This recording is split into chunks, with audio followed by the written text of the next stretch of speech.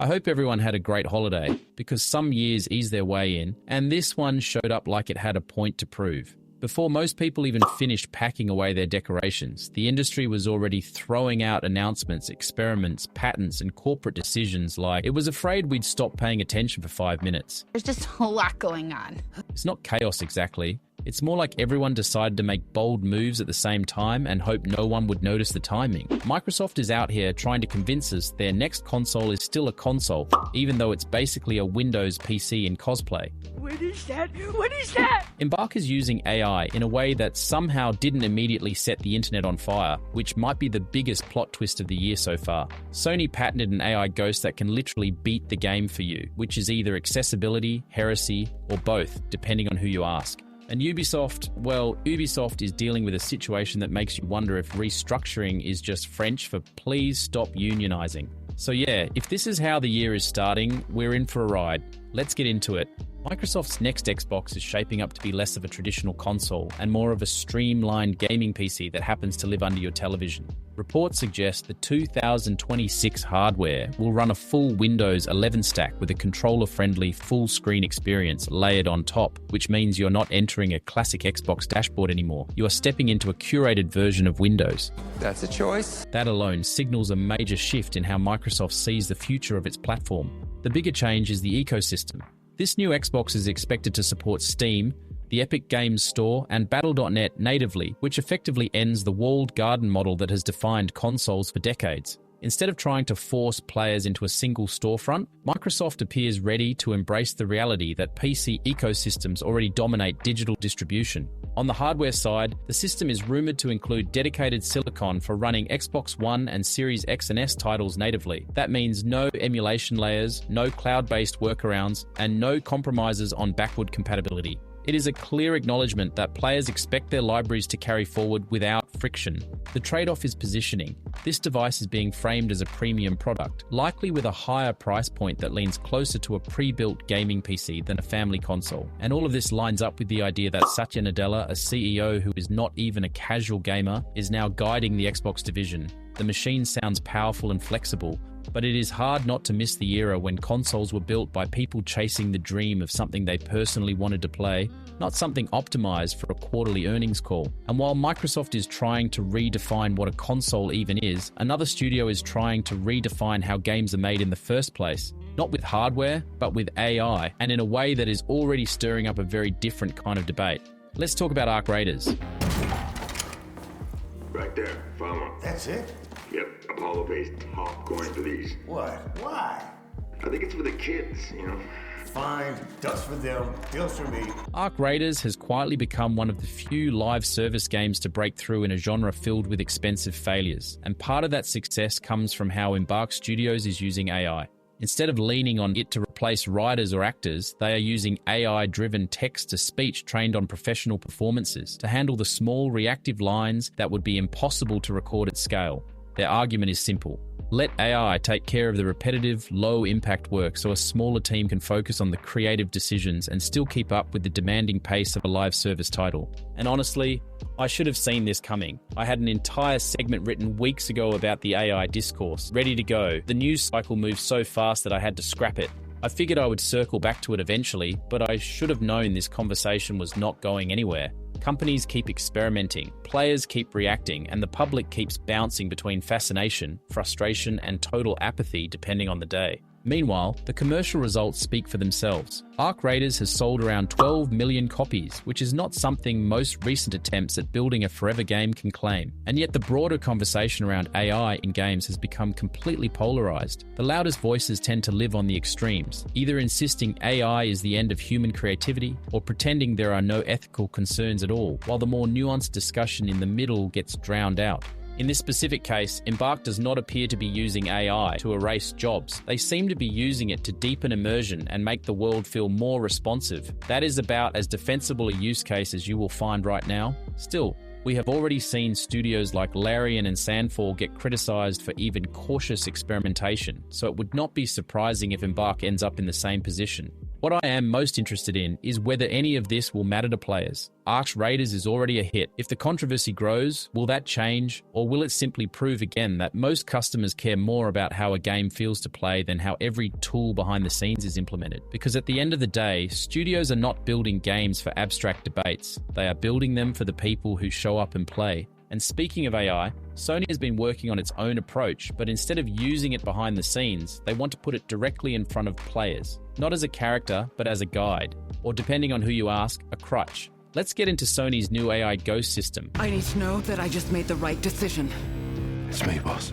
Wait, how long? Since the last time the sun died, mate. Sony's latest patent is almost guaranteed to spark a familiar argument about what makes someone a real gamer. Even though the idea itself is fairly straightforward, the system would generate an on-screen ghost of your character that can demonstrate how to get through a difficult section, solve a puzzle, or beat a boss, with two main modes. One mode shows you what to do, and the other takes over and completes the sequence for you. It is trained on real gameplay footage and can respond to natural language questions, whether spoken or typed. So instead of tabbing out to a guide or scrubbing through a video, you would have a built-in assistant that understands exactly where you are and what you are trying to accomplish. On paper, this is simply an evolution of systems we have already seen, including hint mechanics, assist modes, and accessibility tools. But because it is explicitly labeled as AI, it will inevitably be pulled into the larger tech discourse. The usual real gamer rhetoric will show up, insisting that if you do not beat everything on your own, you did not really beat it. The truth is much simpler. Games are played by people across a wide range of skill levels, time constraints, and abilities, and giving them more ways to engage with something they care about is not a moral failure. The real test here is control. If this AI ghost is fully optional, clearly labeled, and only appears when requested, it could be genuinely helpful, especially for players who do not want to leave the game to look things up. If it starts intruding uninvited or replacing organic discovery, it will become frustrating quickly. The technology is not the problem. The problem is whether players are given the choice to use it on their own terms. And while Sony is trying to use AI to help players, Ubisoft is dealing with a very different kind of problem, one that has nothing to do with technology and everything to do with timing, labor, and the uncomfortable reality of modern game development. Let's talk about the closure of Ubisoft Halifax. News came as a shock after helping form a union at Ubisoft Halifax. He and his 70 colleagues are out of a job. We were kind of blindsided because we just got back from our Christmas break. Ubisoft Halifax closed on January 7th, 2026, only 3 weeks after becoming Ubisoft's first unionized studio in North America, and that timing is impossible to ignore. Officially, the company says the closure is part of a 24-month restructuring plan tied to declining revenue from Assassin's Creed Rebellion, the mobile title the studio primarily supported. At the same time, Ubisoft recently secured a €1.16 billion cash injection from Tencent, which it used to pay down debt and launch a new subsidiary called Vantage Studios. On paper, you can argue that the company is tightening its belt, cutting underperforming projects, and trying to stabilize after years of overspending and overhiring during the pandemic. That broader context is real. Production costs are rising, the industry is bloated, and layoffs have become a constant. But context does not erase optics, and here the optics are rough. CWA Canada is investigating the shutdown as potential union busting, which would be illegal under Canadian labour law, and it is hard not to see parallels with the allegations currently aimed at Take-Two. You can acknowledge that some teams may be financially unsustainable and still question why the first unionized studio is the one that disappears, or why executives continue to report strong profits while cutting large portions of their workforce. We have seen CEOs in the past take pay cuts to keep staff employed. Now we are watching the opposite, with record compensation at the top, while the people who actually make the games are shown the door. Maybe this really is restructuring. Maybe it is a targeted response to organizing.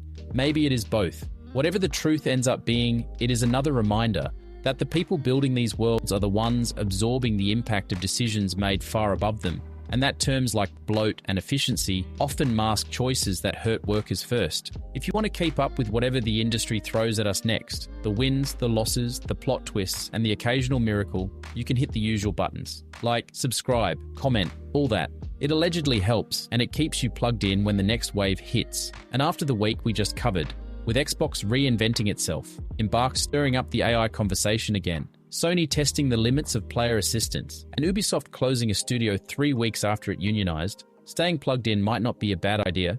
But now, we are stepping out of the headlines and into the part of the show that actually feels good. The creators taking risks, the projects with heart, the ideas that shake up the discourse in the best way. And fair warning, this next stretch is going to be a long one. These are holdovers from the last script I never got to publish, and there was no way I was letting them go to waste. Some of these projects are genuinely mind-blowing, and they deserve the spotlight. Mayday! Mayday! Hold one to mission control! We're falling!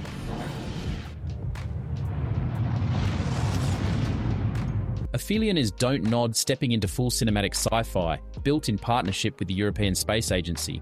The ESA consulted on mission protocols, near-future tech and astronaut psychology to ground the Hope 01 expedition to Persephone in something that feels scientifically plausible rather than space magic. You play as two protagonists. Ariane handles climbing, traversal, and power restoration. Thomas is an injured researcher who provides data, unlocks doors remotely, and tries to stay alive long enough to be useful. The hook is coordination, because neither character can solve the mission alone. A central predator stalks you through vertical ice canyons and learns your traversal patterns, which forces you to improvise new routes. The inspirations are clear: Interstellar, The Martian, the climbing physics of Jusant, and the verticality of Tomb Raider.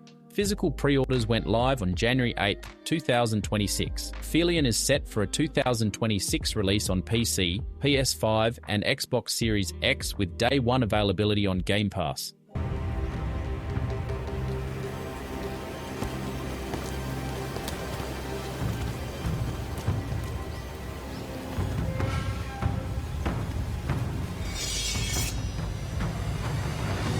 Longevity. Yin and Yang is a semi-historical wuxia action-adventure from 11 games. It is set during the Ming Dynasty and focuses on Emperor Jiajing's obsession with immortality. The team frames the project as a work of digital cultural preservation, weaving in real archaeological findings such as the Lulan princess mummy as both narrative and educational anchors. Combat revolves around void and substance. Defensive play builds energy, and that energy fuels cinematic finishes. You also get a hook blade that allows for Sekiro-style verticality and repositioning during boss fights. The inspirations are worn proudly.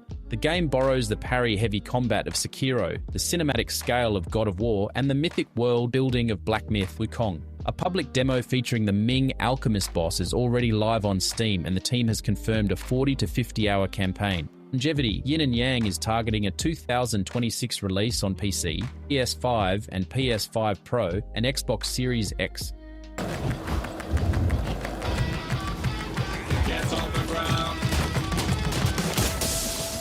Last Man Sitting began as a viral meme and has evolved into a full 3D bullet heaven roguelite from Double Moose, published by Raw Fury. You play as an office worker strapped into a swivel chair while fighting off waves of corporate nightmares such as sentient printers and water coolers. Movement is powered entirely by weapon recoil, which turns every shot into propulsion. A new feature called Grind and Gun allows you to grind along desks and railings like a skating game while unloading on enemies. The inspirations are a mix of early 2000s arcade shooters, the physics comedy of Goat Simulator, and the sterile corporate aesthetic of Hitman. A multiplayer PvP open beta begins on January 22nd, 2026, and the system requirements are modest enough for most modern PCs. Last Man Sitting launches in 2026 on PC.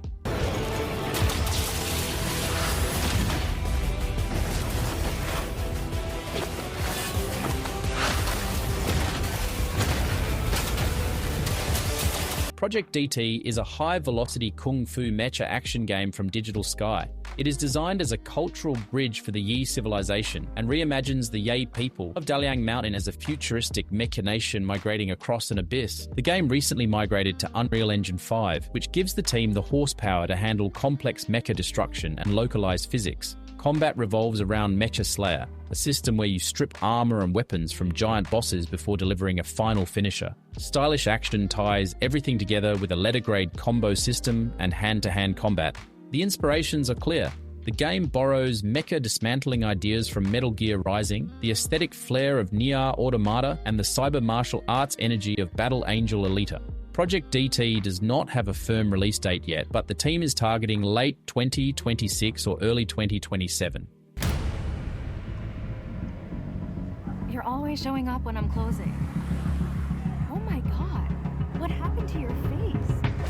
Blackwood is a passion project from Atrido M, 7 Productions, and it shows. The The game follows Anton Blackwood, who runs a DVD shop in 2012 New York, a deliberate choice to capture the last gasp of physical media and the gritty analog texture of the era. By day, it's a life sim experience inspired by Shenmue and Yakuza, stocking shelves, chatting with regulars, and letting the city breathe. By night, the game switches gears into John Wick-style gun-fu, Max Payne-inspired movement, and over 30 contextual takedowns that feel like someone choreographed them frame by frame. The world draws from Mafia-grounded authenticity, the narrative leans into neon-drenched noir, and the studio's in-house band handles the soundtrack, shifting from subdued jazz to pounding industrial aggression depending on what kind of trouble you're in. Blackwood is deep in active development, with the team sharing behind-the-scenes looks at character art, motion capture, and environment work throughout late 2025. Trito M7 has officially confirmed a Q3 2026 release window, giving them time to polish both sides of Anton's double life.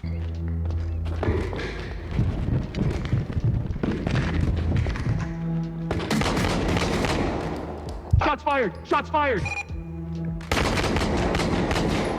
Unrecord continues to be the game that convinced half the internet they were looking at police footage instead of a video game. Drama, a very small team with a very large ability to cause discourse, built a body cam shooter with such uncomfortable realism that people started asking philosophical questions no one was prepared to answer. Their whole design philosophy is intentional. Slow, grounded movement, deliberate pacing, and gunfire that feels like it's happening in the room with you, not on your screen. The project recently entered a new phase. As of late 2025, Drama secured major new funding, including a sizable investment from Tencent. That means full production is officially underway. They've also said they're not showing anything new until it's actually ready, which is probably smart given how quickly the internet melts down over unfinished footage. They're planning a major updated reveal sometime in 2026. No release window yet, but it's clear they're building towards something bigger than the viral moment that launched them.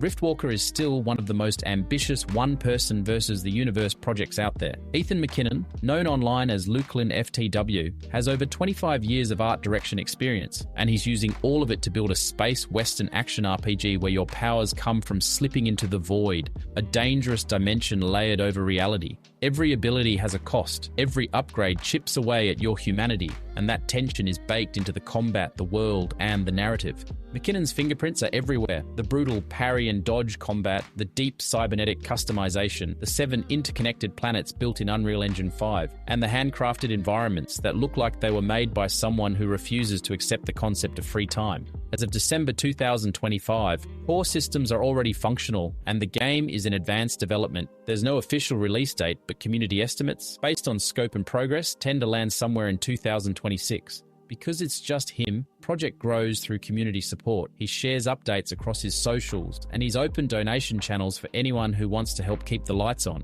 If Riftwalker speaks to you, you can support him directly. We'll have those links in the comments. And that's the full spread for this episode. We started with the industry trying to reinvent itself in real time.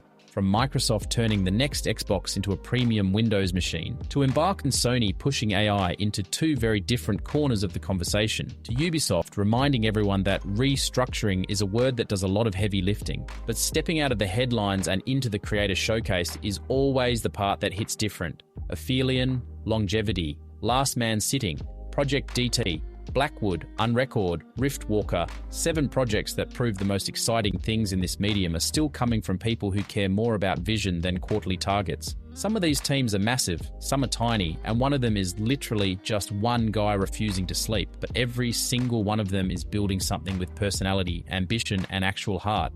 If the news cycle shows us where the industry is going, these projects show us why it's still worth paying attention.